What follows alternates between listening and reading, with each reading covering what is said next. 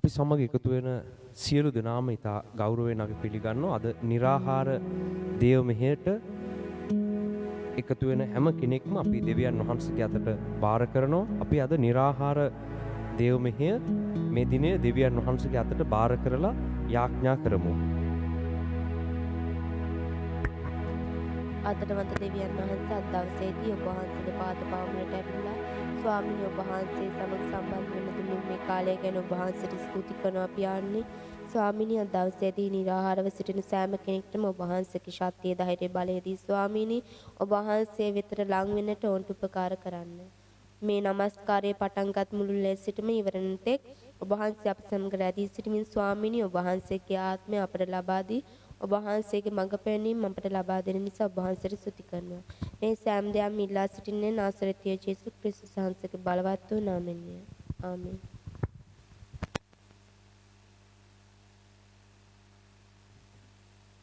අපි මුලින්ම දෙවියන් වහන්සේට නමස්කාර කරමින් උන්වහන්සේගේ පාමුලට ගමන් කරමු. ගීතිකාවක් ගායනා කළා දෙවියන් වහන්සේ වෙතට අපගේ හදවත් යොමු කරගනිමු. ඔබට ස්තුති වේවා ස්වාමීන් වහන්සේ. සියලු ගෞරවය අපි ඔබ වහන්සේට ලබා දෙනවා. ඔබ වහන්සේගේ සුද්ධ ලේ වලින් අපව පවිත්‍ර කරන්න කියලා අපි ඔබ වහන්සේගෙන් ඉල්ලා සිටිනවා ස්වාමීන් වහන්සේ. ඔබට ස්තුති වේවා දෙවියන් වහන්සේ. හැම කෙනෙක්ම ජේසුස් වහන්සේගේ ලේ වලට බාර වෙමින් එම ලේ වලින් වැසෙමින් උන්වහන්සේගේ පාමුලට ගමන් කරමින් සිටිනවා. අපිට ඔබ වහන්සේගේ උපකාරය ලබා දෙන්න දෙවියන් වහන්සේ. මේ සියල්ල නිවැරදිව කරන්නට ඔබ වහන්සේගේ උපකාරය ලබා දෙන්න දෙවියන් වහන්සේ. මේ निराहार දිනය ඔබ වහන්සේගේ කැමැත්ත ලෙස ගත කරන්න ඔබ වහන්සේගේ උපකාරය අපිට ලබා දෙන්න දෙවියන් වහන්සේ. අපේ මානසික දුර්වලතාවයන් විඳගෙන ඔබ වහන්සේගේ සැලැස්ම තුළට ඇතුල් වෙන්නට අපිට උදව් කරන්න ස්වාමීන් වහන්සේ. ඔබට ස්තුති වේවා දෙවියන් වහන්සේ. සුදු කරන්න මගේ සිත ජේසුගේ ලේ වලින් මෙන් සුදු කරන්න මගේ සිත සමිඳුගේ ලේ වලින් පවිත්‍ර වේ නිර්මල ලේ මසිත සෝදයි සෑමදා පවිත්‍ර වේ නිර්මල ලේ මසිත සෝදයි සෑමදා. ස්තුති වේවා දෙවියන් වහන්සේ. සියලු ගෞරවය ඔබ වහන්සේට ලබා දෙනවා දෙවි පියාණන් වහන්සේ. මේ සියලු දේ අද නිසි ලෙස කරමින් ඔබ වහන්සේගේ ආත්මයන් වහන්සේ තුල ගමන් කරන්න අපිට උදව් කරන්න දෙවියන් වහන්සේ. අපේ සියලු දුර්වලතාවයන් ඉවත් කරගෙන අපේ මානසික දේවල් ඉවත් කරගෙන ඔබ වහන්සේගේ ආත්මයට ඉඩදී ක්‍රියා කරන්න ඔබ වහන්සේ උදව් කරන්න ස්වාමීනි. ඔබට ස්තුති වේවා ස්වාමීන් වහන්සේ. ඔබට නමස්කාර වේවා සර්ව බලධාරී දෙවි පියාණන් වහන්සේ. ඔබට ස්තුති ප්‍රශංසා වේවා ස්වාමීනි. රතුමෙන් තිබුණු මගේ පෞසිත සෝදයි ලේ වලින් රතුමෙන් තිබුණු මගේ පෞසිත සෝදයි ලේ වලින් ධර්මිෂ්ඨ වේ නිර්මල ලේ මසිත සෝදයි සෑමදා ධර්මිෂ්ඨ වේ පවිත්‍ර ලේ මසිත සෝදයි සෑමදා. ඔබට නමස්කාර වේවා දෙවියන් වහන්සේ. අපි එක්කෙනෙක් කෙනාගේ ඉවතට ගිහිල්ලා තිබෙන සිතුවිලි ඔබ වහන්සේ වෙතට හරව ගන්නවා ස්වාමින් වහන්සේ. මේ අන්තර්ජාලය තුලින් ලෝකයේ විවිධ රටවල් වල ඉඳලා මේ වෙලාවේ ඔබ වහන්සේගේ වචනේ අසන පිණිසත් ඔබ වහන්සේ ඉදිරියේ අද निराहारයෙන් යාඥාවෙන් ඔබ වහන්සේගේ පාමුලට පැමිණෙන පිණිසත් රැඳී සිටින මේ සියලු දෙනා දැන් ඔබ වහන්සේගේ හස්තයට කැප කරනවා ස්වාමීන් වහන්සේ. ඔබට ස්තුති වේවා ස්වාමීනි හලෙලූයා හලෙලූයා ලිඛාලහතලෙ හිමේනි කෙලේ කේතලේ අද දවස ඔබට බාර කරනවා ඔබ වහන්සේගේ උපකාරය දෙන්නයි බලාමා කලාතලෙ හිමේනි යාලා ඊකා හෙලාතලෙ හෙබේලේ කෙලේ හේකේ තෙලියාලි හාලාතලහම කලහතලෙ හිමේනි කෙලේ ඔබට ස්තුති වේවා ස්වාමීන් වහන්සේ ස්තුති වේවා ඔබට ස්තුති වේවා ස්වාමීන් වහන්සේ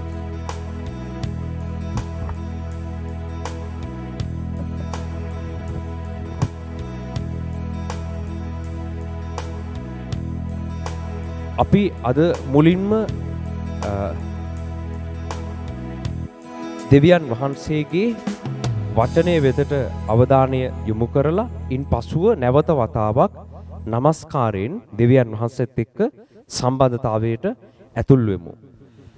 අපි අද දවසේ දෙවියන් වහන්සේ අපට කතා කරන්න කියලා උන්වහන්සේට මේ කාලය බාර කරලා යාඥා කරමු.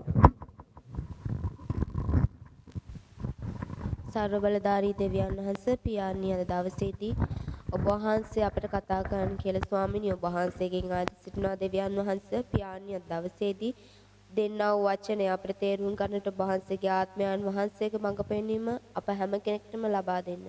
මේ සෑම දෙයක්ම ඔබ වහන්සේගෙන් ඉල්ලා සිටින්නේ නාසරති යේසුස් වහන්සේගේ බලවත් වූ නාමයෙන්. ආමේන්.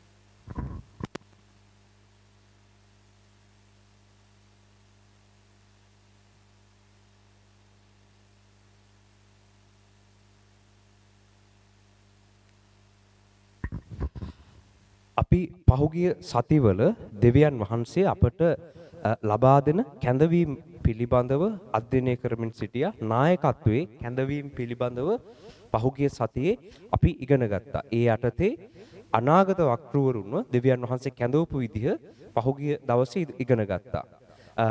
අපි කිව්වා අනාගත වක්‍රවරු රජවරු සහ පූජකවරු කියන මේ නායකත්ව කැඳවීම තුන ප්‍රධාන ලෙස දෙවියන් වහන්සේ ලබා දෙනවා. ඒ යටතේ අද අපි රජවරුන්ගේ කැඳවීම පිළිබඳව අධ්‍යයනය කරමු. මුලින්ම ඊශ්‍රායල් ජනතාව දෙවියන් වහන්සේගේ පාලනය යටතේ සිටියේ. මිසරයෙන් ඔවුන්ව ගලවගෙන ආවට පසුව ඔවුන්ගේ පාලකයා උනේ ඔවුන්ගේ රජතුමා විදිහට ක්‍රියා කළේ දෙවියන් වහන්සේ. නමුත් පසුව ඔවුන් දෙවියන් වහන්සේගේ පාලනය වෙනුවට මනුෂ්‍ය රජ කෙනෙක්ගේ පාලනයක් ඉල්ලා සිටියා. දෙවියන් වහන්සේ ඔවුන්ගේ ඉල්ලීමට සහ ඔවුන්ගේ අවශ්‍යතාවයට ඉඩ දීලා ඊශ්‍රායල් ජාතියට රජ කෙනෙක් ලබා දුන්නා.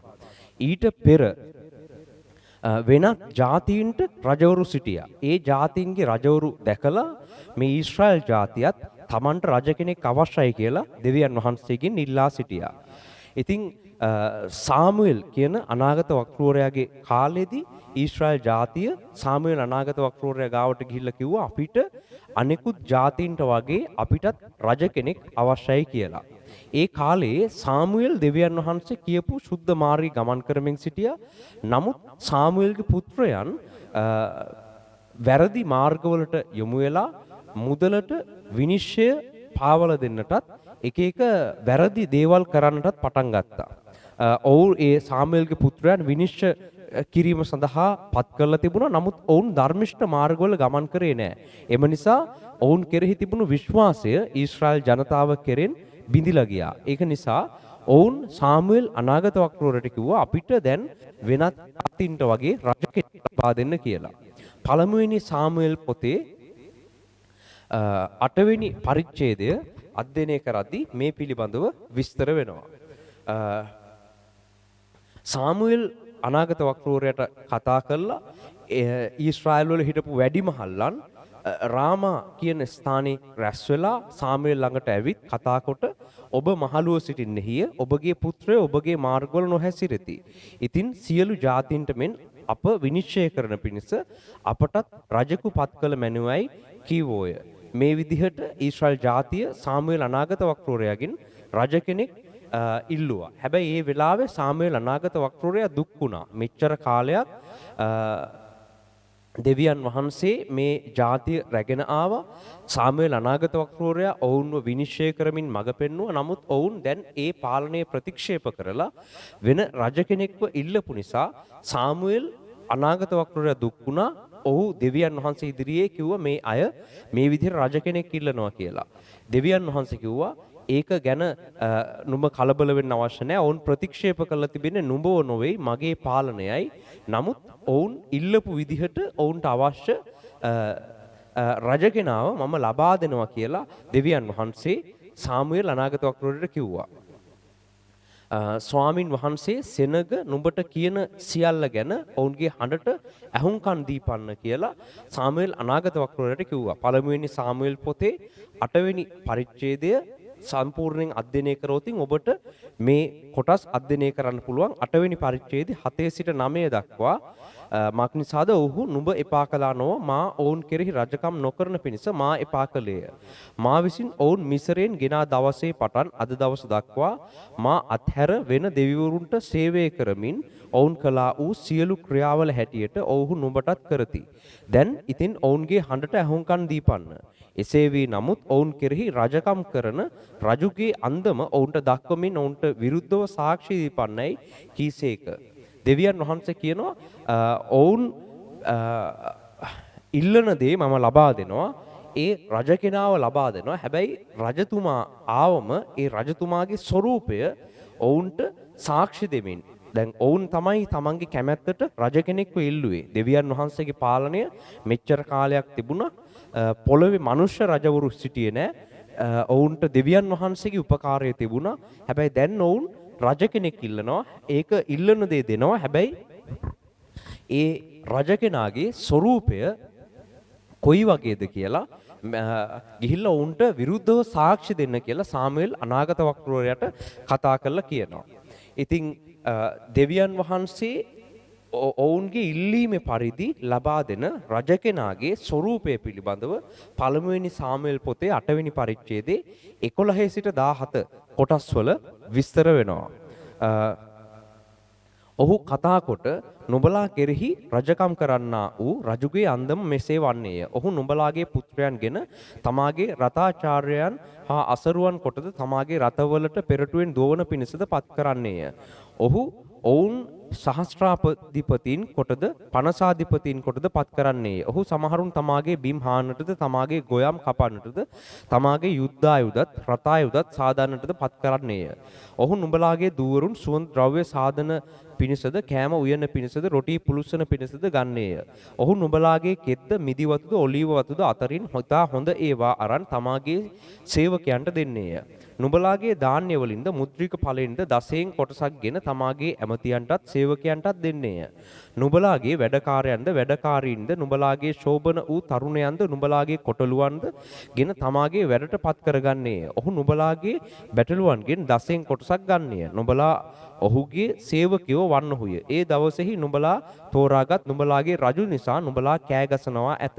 නමුත් ස්වාමින් වහන්සේ ඒ දවසේදී නුඹලාට උත්තර දෙන්නේ නැතයි කීවේය. දෙවියන් වහන්සේ කියන නුඹලා ඉල්ලපු විදිහට රජ කෙනෙක් දෙනවා. හැබැයි රජ කෙනාගේ ස්වરૂපය මෙන්න මේ ආකාර.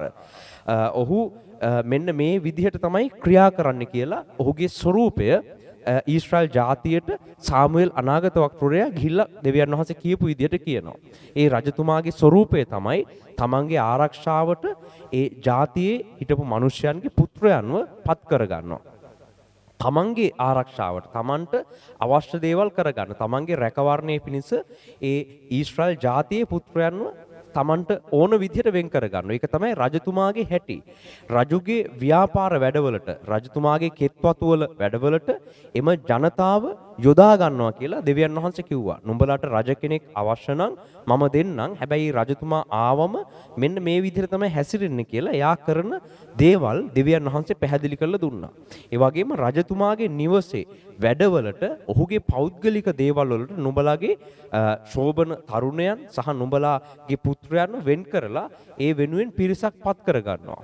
ඒ වගේම නුඹලාගෙන් මේ ජනතාවගෙන් බදු එකතු කරලා තමන්ගේ ඇමතිවරුන්ට සහ තමන්ගේ සේවකවරුන්ට පඩි ගෙවන්නේ නුඹලාගේ බදු වලින්. නුඹලා සතු දෙයින් ව්‍යාපාර වලින් නුඹලාගේ කෙත්වතු වලින් දසයෙන් කොටසක් බදු විදිහට රජතුමාට ගෙවන්න අවශ්‍යයි.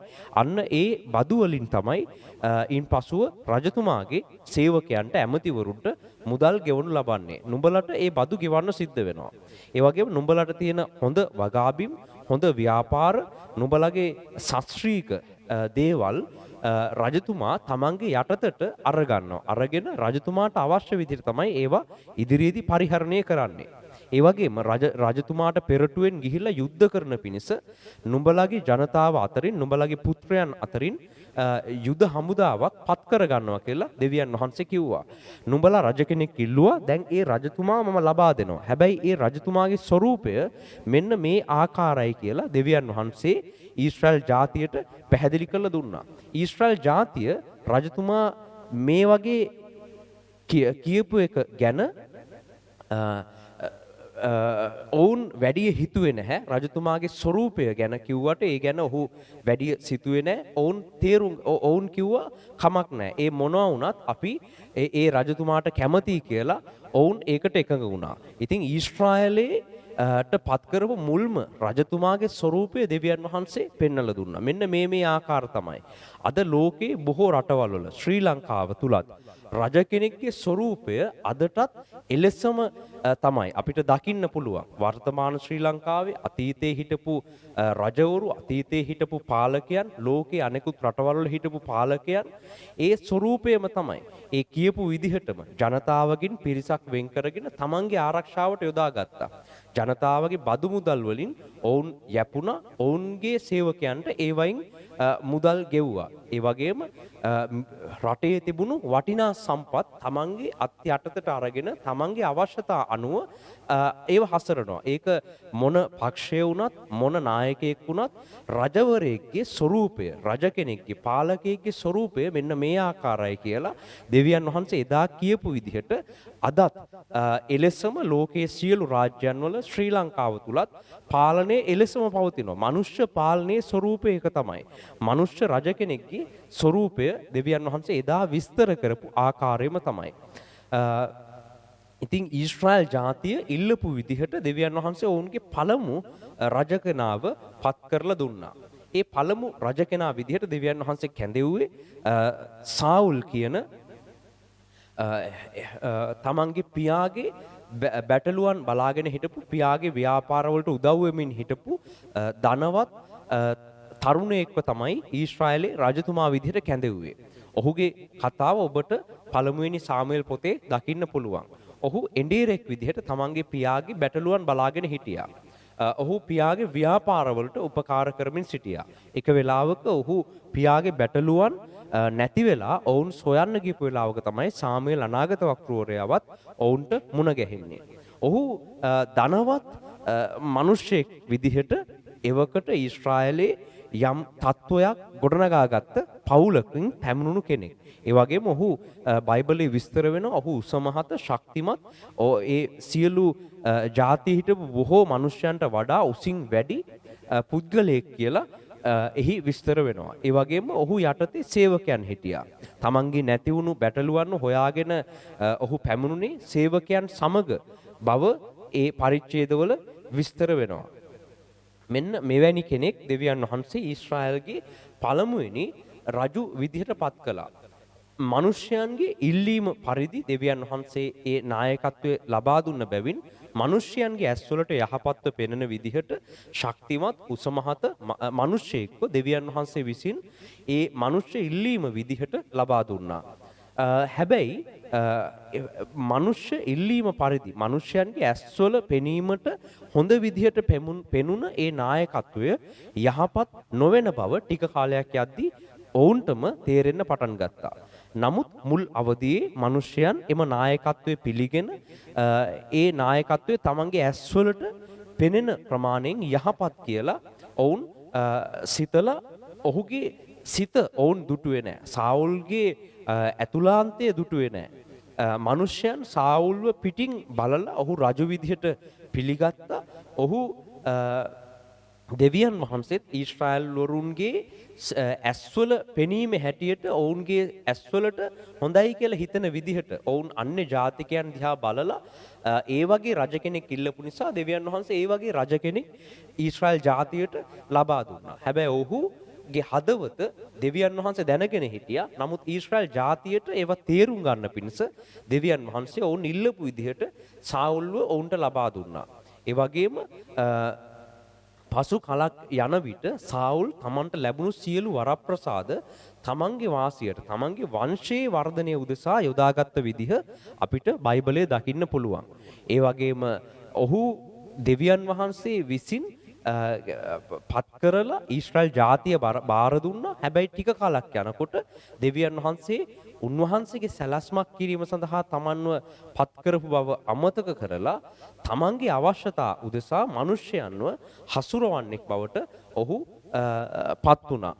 පිටත ස්වරූපයෙන් මිනිස්යන්ව ඔහුව මැන්න පිටත හිටපු අන්‍ය ජාතිකයන්ගේ රජවරුන් දිහා බලලා ඒ වගේ රජ කෙනෙක් ඕන කියලා කිව්ව නිසා දෙවියන් වහන්සේ එවැනි කෙනෙක්ව දුන්නා. පිටත ස්වරූපයෙන් හොඳ පාලකයෙක් විදිහට පෙනුනත් පිටතින් කිසිම රජ කෙනෙක් යහපත් කියලා අපිට තීරණය කරන්න බෑ. දෙවියන් වහන්සේ තමයි දකින්නේ ඔහුගේ හදවත. දැන් සාවුල් දිහා බැලුවම අපිට ඒක පේනවා. පිටින් බැලුවම එයා රජකමට සුදුසුයි වගේ තමයි පේන්නේ. හැබැයි ඇතුළතින් ඔහු දෙවියන් වහන්සේගේ සැලැස්මට එකඟ නොවන තම වාසියට මිනිස්යන්ව තමයි යටතේ සිටපු රටවැසියන්ව වැරදි මාර්ගවල යොමු කරවපු කෙනෙක් බව පසු කාලීනව ඔබට දකින්න පුළුවන්. සාවුල් පමණක් නොවේ. සාවුල්ගෙන් පසුව පැමිණි බොහෝ රජවරු මෙන්න මේ වැරදි මාර්ගවල ගමන් කරමින් දෙවියන් වහන්සේගේ ජාතිය විනාශයට ගෙනියන්න පටන් ගත්තා. එතෙක් කාලයක් ඊශ්‍රායල් ජාතියට දෙවියන් වහන්සේගේ නායකත්වයේ තුලින් ලැබුණු දඬුවම් සහ ඒ නිවැරදි කිරීම ජාතියක් වශයෙන් දෙවියන් වහන්සේ වුණ හසුරුවපු විදිහ නතර කළා. රජ කෙනාගේ අතට ඒක බාර දීමත් සමග රජවරුන්ගේ හැසිරීම මත රජවරුන්ගේ අනුවන ක්‍රියාවන් මත ජාතියේ ඉරණම තීරණය වෙන්න පටන් ගත්තා. ඊශ්‍රායල් ජාතියේ දැන් සාවුල්ගෙන් පසුව දාවිද් පැමුණුණා. ඊළඟට දාවිද්ගේ පුත්‍රයා සලමොන් සහ ඊට පසුව පැමිණි ඊශ්‍රායල් රජවරු දෙවියන් වහන්සේගේ ව්‍යවස්ථාවන් කඩ කරන්න පටන් ගත්තා. ඔවුන්ට බලය වැඩිපුර ලැබුණු නිසා ඔවුන් කලේ Tamanට ඕන විදිහට ජීවත් වෙමින් ව්‍යවස්ථා කඩ කරන්න ක්‍රියා කළා. රාජ්‍ය දෙකඩ වුණා මෙන්න මේ දේවල් නිසා. ටික කාලයක් ගමන් කරනකොට දෙවියන් වහන්සේ දීපු නීති පවත්වන්න නැති වෙනකොට ඊශ්‍රායල් රාජ්‍ය බිඳී යන්නට රාජ්‍ය කොටස් වලට කැඩෙන්නට පටන් ගත්තා. එච්චර කාලයක් දෙවියන් වහන්සේ දීලා තිබුණු රැකවරණ නැති වෙලා ඔවුන් එම රජවරුන්ගේ පාලන සමයේ යටතේදී විවිධ සතුරු ජාතීන්ට වහල් වෙන්න පටන් ගත්තා. ඊශ්‍රායල් ජාතිය පමණක් නොවේ. ඉන් පසුව දෙවියන් වහන්සේ වෙතට පැමිණුණු ක්‍රිස්තියානි රාජ්‍යයන් කොන්ස්ටන්ටයින්ගෙන් පසුව රෝමයේ හිටපු කතෝලික රජවරුන් මොකද්ද කරේ? කිතුණු ධර්මය රෝම ආගම සමග මිශ්‍ර කරන්න පටන් ගත්තා.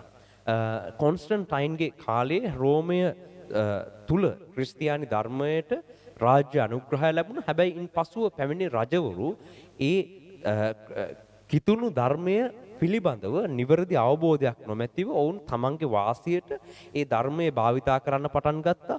ඒ වගේම ඒ රෝම වැසියන්ගේ අවශ්‍යතා අනුව ඔවුන්ගේ ඉල්ලීම් අනුව රෝම ආගමත් මේ කතෝලික ධර්මය සමග මිශ්‍ර කරන්න පටන් ගත්තා. ඒ වගේම එවකට හිටපු පූජකවරු රජයට අවශ්‍ය ලෙස හසුරුවන්නට මේ රජවරු කටයුතු කළා.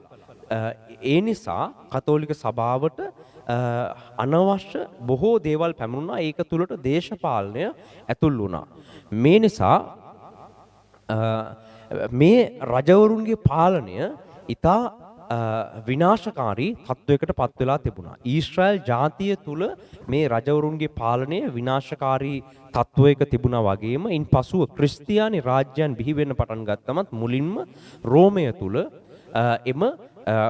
එහි තිබුණු එහි දෙවියන් වහන්සේ විසින් ගොඩනගන්න අවසර දීලා තිබුණු සභාවන් වෙතට වෙනත් ආගම් මිශ්‍ර වෙලා ඒ සභාවන් දෙවියන් වහන්සේගේ සැලැස්මෙන් පිටතට ගමන් කරන්න පටන් ගත්තා.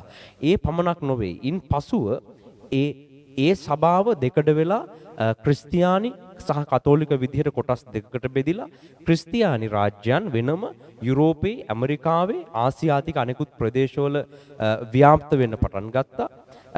එම පාලකයනුත් පසු කාලයකදී කළේ ලෞකික දේවල් සමග සභාව මිශ්‍ර කරලා සභාව තුල ලෝකයේ දේවල් වලට අනුමතය ලබා දෙන්න කටයුතු කළා. මේ නිසා සභාව එම රාජ්‍යයන් වල හිටපු රජවරුන්ගේ පාලකයන්ගේ වැරදි තීරණ නිසා සභාව ලෝකයේත් එක්ක මිශ්‍ර වෙන්න පටන් ගත්තා.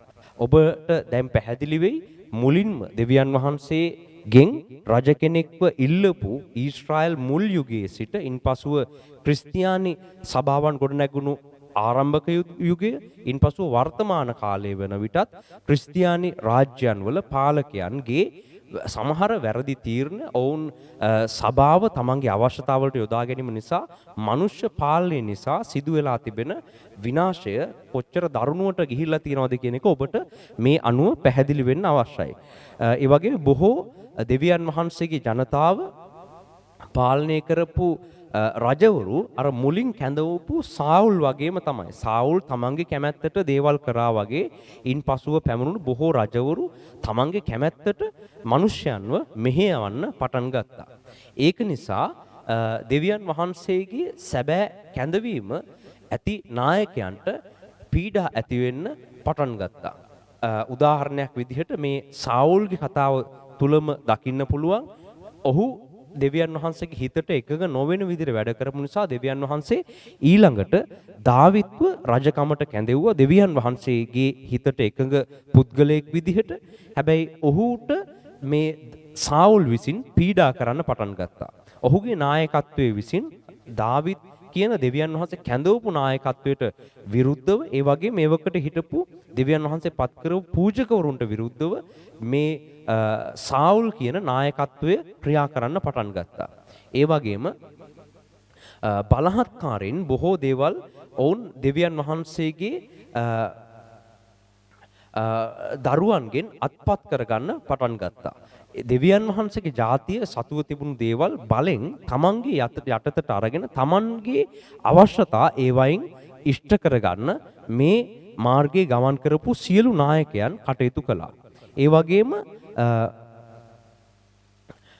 සතුරන් එක්ක සටන් කරන අවස්ථාවලදී දෙවියන් වහන්සේ ඔවුන්ට ප්‍රකාශ කරලා තිබුණා මේ දේවල් කරන්න එපා. මේ කොල්ලය ලබා ගන්න එපා කියලා සමහර ස්ථානවල දෙවියන් වහන්සේ කිව්වා. සතුරන් එක්ක ගනුදෙනු කරද්දී සතුරන් එක්ක සටන් කරද්දී ඒ අයට විරුද්ධව ක්‍රියා කරන්න යද්දී දෙවියන් වහන්සේ දීපු නීතිවලට පිටතින් මේ පාලකයන් කටයුතු කරන්න ගත්තා. මුලින්ම සාවුල් සහ ඉන් පසුව පැමිණි බොහෝ රජවරුන් ඊශ්‍රායලයේ පමණක් නොවේ කලින් ඉගෙනගත්ත විදිහට ක්‍රිස්තියානි කතෝලික රාජ්‍යයන් වල රජවරු පාලකයන් පවා තමන්ගේ අවශ්‍යතා අනුව දෙවියන් වහන්සේ එපා කියපු දේවල් ඒ සතුරන් එක්ක කරන්න පටන් ගත්තා.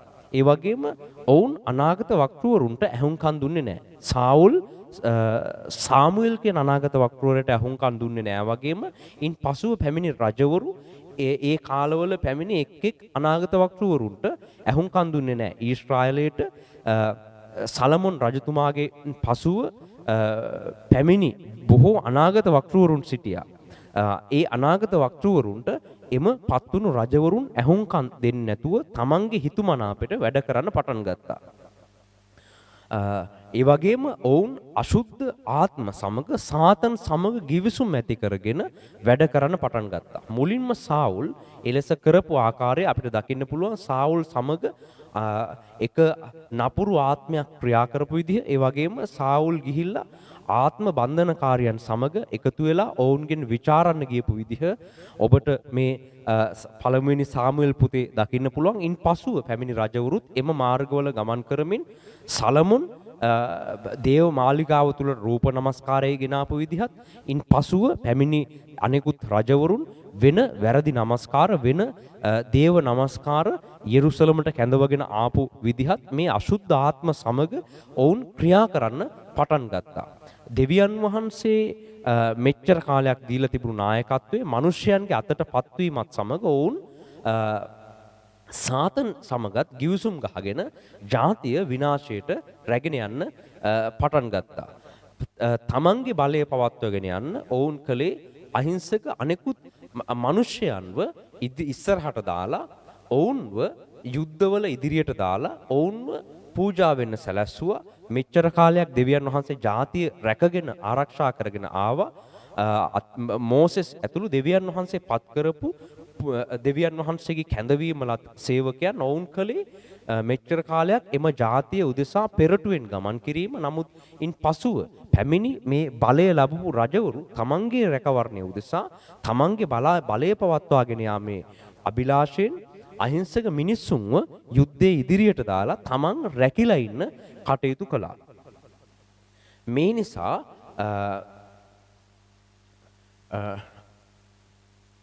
දෙවියන් වහන්සේගේ දරුවන් ඉන්න හැම ජාතියකම මේ පත් කරපු ක්‍රිස්තියානි රජවරු ඒ වගේම අතීත ඊශ්‍රායලේ රජවරු දෙවියන් වහන්සේ නොපෙන්වපු මාර්ගවල දෙවියන් වහන්සේගේ ජාතිය රැගෙන යන්න කටයුතු කළා.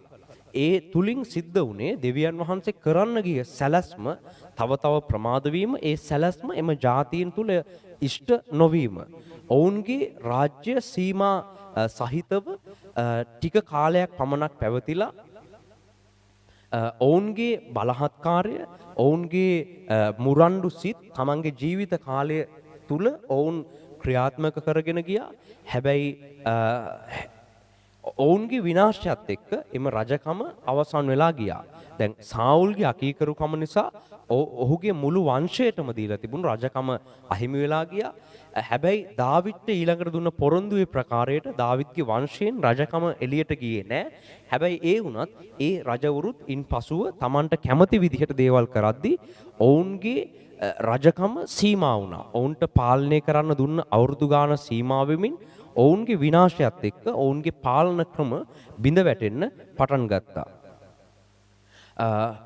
අතීත ඊශ්‍රායලයේ වගේම ඉන් පසුව පැමිණි කිතුණු රාජ්‍යයන්වල පැමුණුණු නායකයන් මේ ආකාරයටම තමන්ගේ බලය රැකගන්න අහිංසක මිනිස්යන්ව විනාශ කරමින් තමන්ගේ හිතුමනාපෙට වැඩ කරන්න පටන් ගත්තා. මුලින්ම කියපු විදිහට කොන්ස්ටන්ටයින්ගෙන් පසුව පැමිණි කතෝලික නායකයන් කතෝලික රාජ්‍යයන්වල රජවරුන් සහ ඉන් පසුව ජර්මනිය මුල් කරගෙන පැමිණුණ ප්‍රොටෙස්තන්ත ක්‍රිස්තියානි සභාවේ මූලිකත්වයෙන් ගොඩනැගුණු ජර්මනියේ පාලනය ඒ කාලේ එහි පාලකයා විදිහට හිටපු හිට්ලර් එවැනි නායකත්වයක් ලබා දෙමින් බොහෝ විනාශයක් ලෝකයට සිදු කළා. ජර්මනිය ගැලවීම ලැබපු දෙවියන් වහන්සේගේ රාජ්‍යයක් විදිහට තමයි තිබුණේ. ඔවුන් කතෝලික සභාවෙන් වෙන් වෙලා වෙනමම කතෝලික සභාවේ තිබුණු සමහර වැරදි දේවල් නිසා ඔවුන් ඒකේ වෙන් වෙලා වෙනමම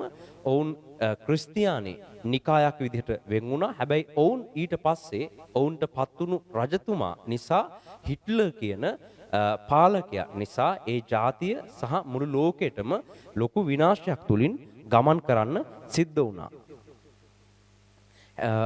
ඉතින් කෙසේ වෙතත් සාවුල් එදා අකීකරු දුෂ්ට මාර්ගයක ගමන් කළා අවසානයේ ඔහුට සිදු වුණා තමන්ගේම ජීවිතය අවසාන සටනේදී නැති කරගන්න. ඔහු මේ විනාශකාරී මාර්ගයේ ගමන් කරලා අන්තිමට අවසන් සටනේදී ඔහු පරාජය වෙනවා දැක්කම තමන්ගේ කඩුව මතටම වැටිලා ඔහු සියදිවි හානි කරගත්තා. ඒ වගේම තමයි මේ පසුව ජර්මනිය තුල ගොඩනැගුණු ක්‍රිස්තියානි රාජ්‍යයන්. එහිදී හිට්ලර් ඉතා දරුණු විදිහට තමන්ගේ හිතු මනාපෙට මුළු පාලනය තමන්ට ඈඳ ගනිමින් සිටියා. හැබැයි එදා සාවුල් අන්තිම සටනේ පරාජය දැකලා තමන්ම ජීවිතේ නැති කරගත්තා වගේ හිට්ලර් තමන්ගේම තුවක්කුවෙන් වෙඩි තබාගෙන ඔහු මිය ගියා. ඉතින් එදා සාවුල් අකීකරු මාර්ගවල යද්දී ඔහුගේ වංශයට රජකම අහිමි වෙලා වෙනත් වංශයකට ඒ රජකම ගමන් කළා වගේ හිට්ලර් දෙවියන් වහන්සේ ඊටාම අකමැති වුණු මාර්ගයක ගමන් කළා බලහත්කාරයෙන් මනුෂ්‍ය පාලනය අතට ගන්න ගියපු නිසා හිට්ලර්ගේ බලය අවසන් වුණා. ජර්මනියෙන් එම ආධිපත්‍ය බලය නැති වෙලා ගියා. ඉන්පසුව ඒක ඇමරිකාවට සහ යුරෝපයේ අනෙකුත් රාජ්‍යයන් වෙතට එම බලය ගමන් කරන්න පටන් ගත්තා. ඉන්පසුව මේ ජර්මනියේ නායකත්වය තුල තිබුණු දුර්වලතාවයන් නිසා ඔවුන්ට එම ආධිපත්‍ය නැතිවීමත් සමග ඇමරිකාවේ සහ යුරෝපයේ අනෙකුත් රටවල් වල දෙවියන් වහන්සේගේ කැමැත්තට එකඟ වුණ නායකයන් බිහි වෙන්න පටන් ගත්තා. එම නිසා දෙවියන් වහන්සේ එම රාජ්‍යයන් වලට ආශිර්වාද කරන්න පටන් ගත්තා. ඒ කාලේ එම රාජ්‍යයන් ඇමරිකාව සහ යුරෝපීය රාජ්‍යයන් ලෝකේ බලවත් වෙන්න පටන් ගත්තා. මේ විදිහට ඇමරිකාවේ නායකයන් දෙවියන් වහන්සේ කියපු දේ අනුව ගමන් කරපු යුගයක් තිබුණා. ඒ කාලවලදී දෙවියන් වහන්සේගේ රැකවරණය සහ ආශිර්වාදය නව පිබිදීමක් මේ රටවල් වල ඇති වෙන්න පටන් ගත්තා. ඔවුන් දෙවියන් වහන්සේගේ ව්‍යවස්ථාවන් අනුව හැසිරෙන්නටත් ශුද්ධාත්මයන් වහන්සේගේ බලය ලබා ගන්නටත් ඔවුන් ක්‍රියා කරන්න පටන් ගත්තා. ඉතින් ඇමරිකාවෙන් මෙන්න මේ පෙන්තකොස්ත කියන සභා ක්‍රමය බිහි වෙන්න පටන් ගත්තා. ක්‍රිස්තු වර්ෂ 1900 ගණන් වලදී ඒක ඇමරිකාව තුලින් බිහි වෙලා ලෝකයේ පුරා එම ආభాෂය පැතිරෙන්න පටන් ගත්තා. එම ආభాෂය ශ්‍රී ලංකාව ඇතුළු අනෙකුත් ආසියාතික රටවල් වලට සහ අනෙකුත් යුරෝපා රටවල් වලට සංක්‍රමණය වෙන්න පටන් ගත්තා. ඒ රටවල් වලත් දෙවියන් වහන්සේගේ සැලසුම් අනුව දෙවියන් වහන්සේගේ හිතට එකඟ සභාවන් ගොඩනැගෙන්න පටන් ගත්තා. ඔවුන් ශුද්ධාත්මයන් වහන්සේත් එක්ක සම්බන්ධ වෙමින් විවිධ නිකායන් විදිහට ලෝකේ විවිධ රටවල් වල ශ්‍රී ලංකාව තුලත් මේ විදිහට ඇමරිකාවෙන් බිහි වුණු එම පෙන්තකොස්ත ආభాෂය ව්‍යාප්ත වෙන්න පටන් ගත්තා. ඒ අනුව ලංකාව තුලත් සභාවන් මේ අතීත යුගයේ තුල ඇති වෙන්න පටන් ගත්තා. ලංකාවේ තිබෙන Assembly of God සභාව, ඒ වගේම ලංකා පෙන්තකොස්ත සභාව සහ සිව් චතුරස්‍ර සභාව, ෆෝස්ක්වයර් කියන සභාව ඇතුළු ලංකාවේ නිදහස් සභාවන් කිහිපයක්ම මේ යුගයේ ඒම ආభాෂයෙන් යුක්තව ශුද්ධාත්මයන් වහන්සේත් එක්ක සම්බන්ධ වෙමින් ගොඩනැගෙන්න පටන් ගත්තා. මේ විදිහට දෙවියන් වහන්සේගේ නායකත්වය ප්‍රතික්ෂේප කළා රජවරුන්ගේ නායකත්වයට පැමිණීමත් සමග ඔවුන් ප්‍රශ්න තුලින් ගමන් කළා. හැබැයි දෙවියන් වහන්සේගේ හදවතට එකඟ නායකයන් පැමිණෙනවත් සමගම ඔවුන් දෙවියන් වහන්සේට යටහත් වෙලා හරියට දාවිත් එදා දෙවියන් වහන්සේට යටහත් වෙලා සාවුල් අතින් වෙච්ච බොහෝ වැරදි නිවැරදි කරගෙන ඊශ්‍රායල් ජාතිය නැවත එක්සේසත් කරලා ඉදිරියට රැගෙන ගියා වගේ ඉන්පසුව කතෝලික රාජ්‍යයන් සහ ඉන්පසුව ක්‍රිස්තියානි රාජ්‍යයන් වල පැමිණුණු පාලකයන් වැරදි මාර්ගවල ගියපු අය සිටියේදී එම රාජ්‍යයන් විනාශයට ගිහිල්ලා ඔවුන්ට තිබුණු බලය නැති වුණා. නමුත් දෙවියන් වහන්සේගේ හදවතට එකඟ නායකයන් පැමිණෙනවත් සමගම ඔවුන් නැවත වතාවක් බලය ලබලා දෙවියන් වහන්සේගේ ආශිර්වාද වෙතට ගමන් කරන්නටත් දෙවියන් වහන්සේගේ සැලැස්ම එම රටවල් වල සිදු වෙනටත් පටන් ගත්තා. අපි ඊළඟ අවස්ථාවේ දෙවියන් වහන්සේ තමන්ගේ හදවතට එකඟ රජ කෙනෙක්ව ඊළඟට ඊශ්‍රායල් ජාතියට තෝරගත්ත විදිහත් එම රජතුමා ඊශ්‍රායල් ජාතිය ඉදිරියට අරගත්ත විදිහ සහ දෙවියන් වහන්සේගේ හදවතට එකඟ මනුෂ්‍ය රජවරුන් ඉන්පසුව දෙවියන් වහන්සේ ඉදිරියට අරගෙන ගියපු විදිහ අපි ඊළඟ අවස්ථාවේ අධ්‍යයනය කරමු. අපි දැන් දෙවියන් වහන්සේට අපි මේ ඉගෙනගත්ත දේවල් සම්බන්ධයෙන් ස්තුති කරමින් උන්වහන්සේගේ ශුද්ධ පාමුලට ගමන් කරමු. ඔබට ස්තුති වේවා ස්වාමින් වහන්සේ. මේ වෙලාවේ ඔබ වහන්සේ අපට මේ මඟ පෙන්වීම ලබා දුන් බැවින් අපි ඔබ වහන්සේට ස්තුති කරනවා ස්වාමින් වහන්සේ. හැම කෙනෙක්ම ඇසූ වචනය ගැන ස්තුති කරමින් මේ निराහාර දවසේ මේ පිළිබඳව නිවැරදිව අධ්‍යයනය කරමින් උන්වහන්සේ උගන්වන කාරණා වෙතට නිසි පරිදි සිත යොමු කරගෙන උන්වහන්සේගේ පාමුලට යාඥාවෙන් নমස්කාරයෙන් निराහාර කැපවීමෙන් යුක්තව සම්බන්ධ වෙන්න. අපි තවදුරටත් උන්වහන්සේට යාඥා කරමින් උන්වහන්සේගේ අතට බාර මේ වෙලාවේ. අද දවස පුරා निराහාරව ගමන් කරන්න ඔබ වහන්සේගේ උපකාරය ලබා දෙන්න කියලා අපි දෙවියන් වහන්සේගෙන් ඉල්ලා සිටිමු. ඔබට ස්තුති වේවා ස්වාමීන් වහන්සේ.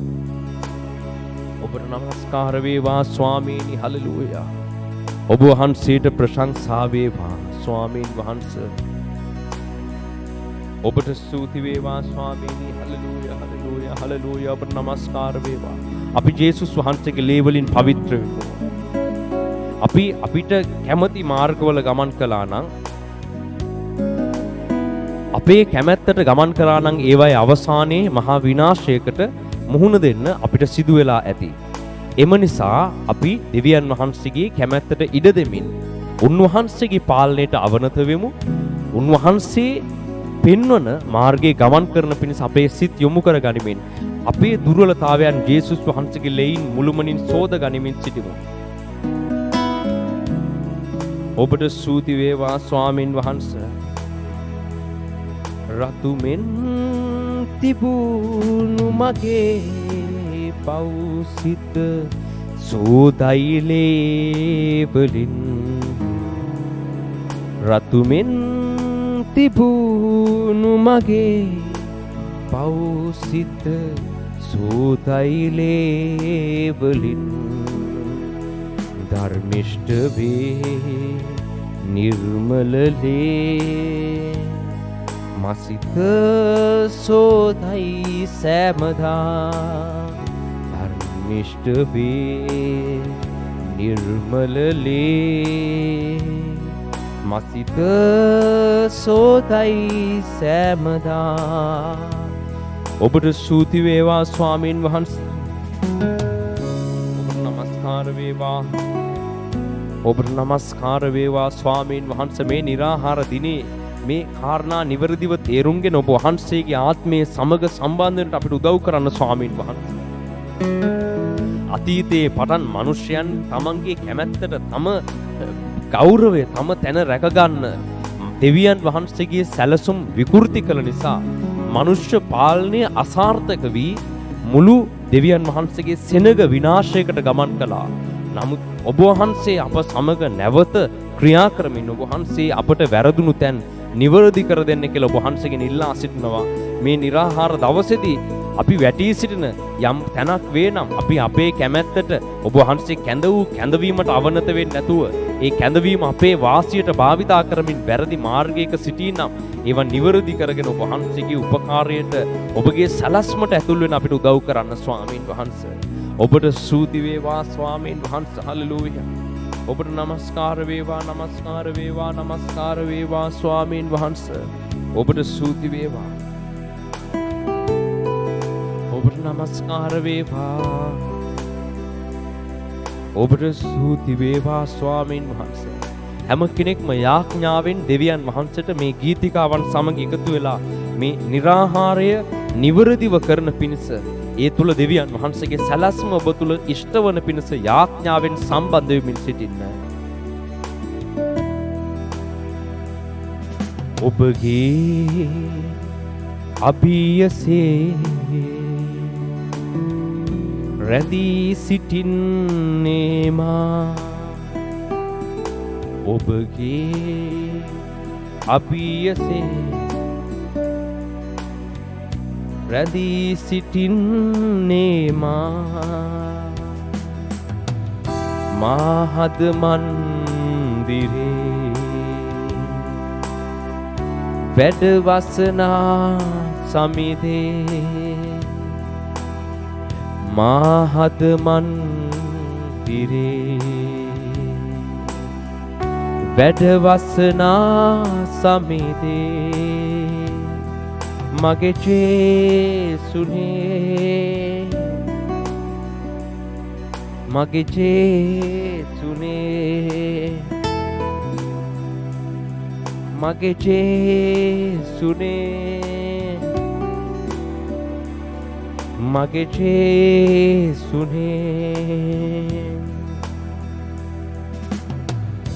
මා හුස්මටත් වඩා ඔබ ලං වී සිටිනා මා හුස්මටත් වඩා ඔබ ලං වී සිටිනා වෙන්ව නොයයි අත්නාරි මහතර ජේසු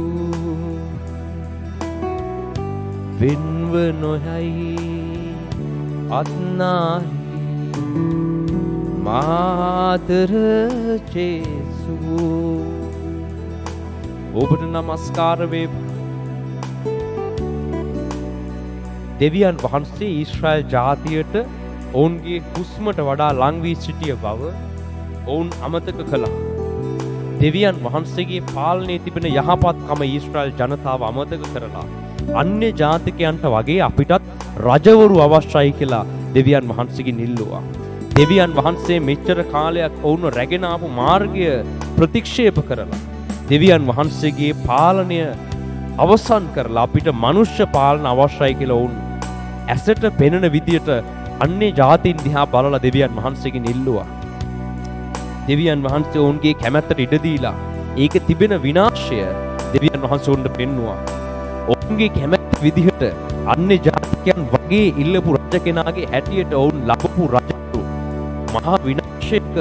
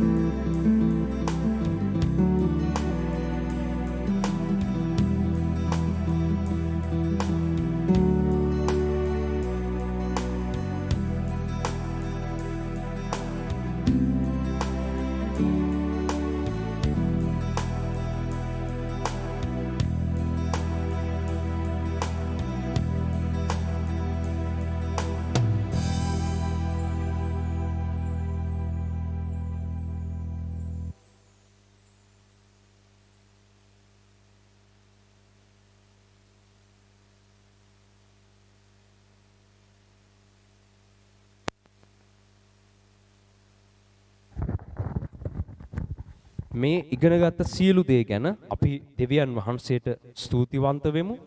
අද දවසේ උන්වහන්සේ ලබා දුන්න මඟ පෙන්වීම සම්බන්ධයෙන් අපි දෙවියන් වහන්සේට ස්තුති කරමු.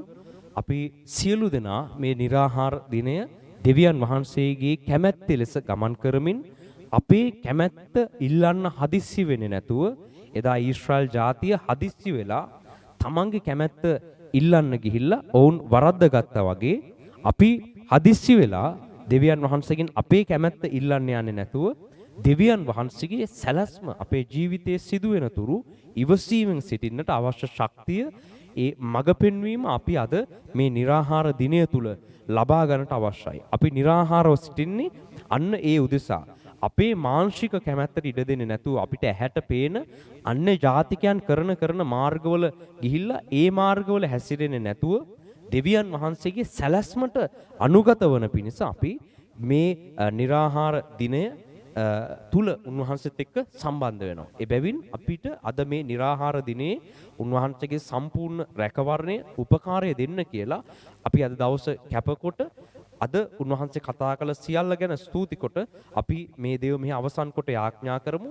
අද දවස පුරා උන්වහන්සේගේ පාමුල निराහාරයෙන් රැඳී සිටිමින් උන්වහන්සේ පෙන්වන මාර්ග උන්වහන්සේගේ කැමැත්ත මොකද්ද කියලා ඔබගේ කැමැත්ත ප්‍රකාශ කරන්නට පෙර උන්වහන්සේ එක්ක විමසිලිමත් වෙලා උන්වහන්සේගේ සැලැස්මට යටත් වන පිණිස මේ निराහාර දවස උන්වහන්සේ වෙනුවෙන් කැප කරලා අපි යාඥා කරමු. සර්වබලධාරී දෙවියන් වහන්සේ පියාණිය අද දවසේදී නිරාහාරව සිටමින් ඔබ වහන්සේගේ පාද පාමුලට දුන්නු මේ කාලය ගැන ඔබ වහන්සේට ස්තුති කරනවා පියාණනි. දෙවියන් වහන්සේ අද දවසේදී ඔබ වහන්සේ අපිට කියා දුන්නු වචනේ නිසා ඔබ වහන්සේට ස්තුති ස්වාමීනි. පියාණිය අද දවසේදී ඔබ වහන්සේගේ පාද පාමුලට ඇවිල්ලා ස්වාමීනි අපේ දුර්වලකම් ශක්තිමත් කරමින් ඔබ වහන්සේ තුල ශක්තිමත්ව ගමන් කරන්නට අපට මාර්ගය පහදා දෙන නිසා ඔබ වහන්සේට ස්තුති කරනවා පියාණනි. අද දවසේදී निराහාරව සිටින සෑම කෙනෙක්ම ඔබ වහන්සේගේ ශුද්ධ හස්තයට බාර කරනවා පියාණනි. දෙවියන් වහන්සේ මේ নমස්කාරයේ මුළුල්ලේම ඔබ වහන්සේ අප සමග සිටිමින් පියාණනි අපට දුන්නු ඒ ශක්තිය ඔබ වහන්සේගේ මඟ පෙන්වීම නිසා ඔබ වහන්සේට ස්තුතියි. මේ සෑම දෙයක්ම ආයත සිටින්නේ නාසරේ යේසුස් ක්‍රිස්තුස් වහන්සේගේ බලවත් වූ නාමයෙන්. ආමේන්.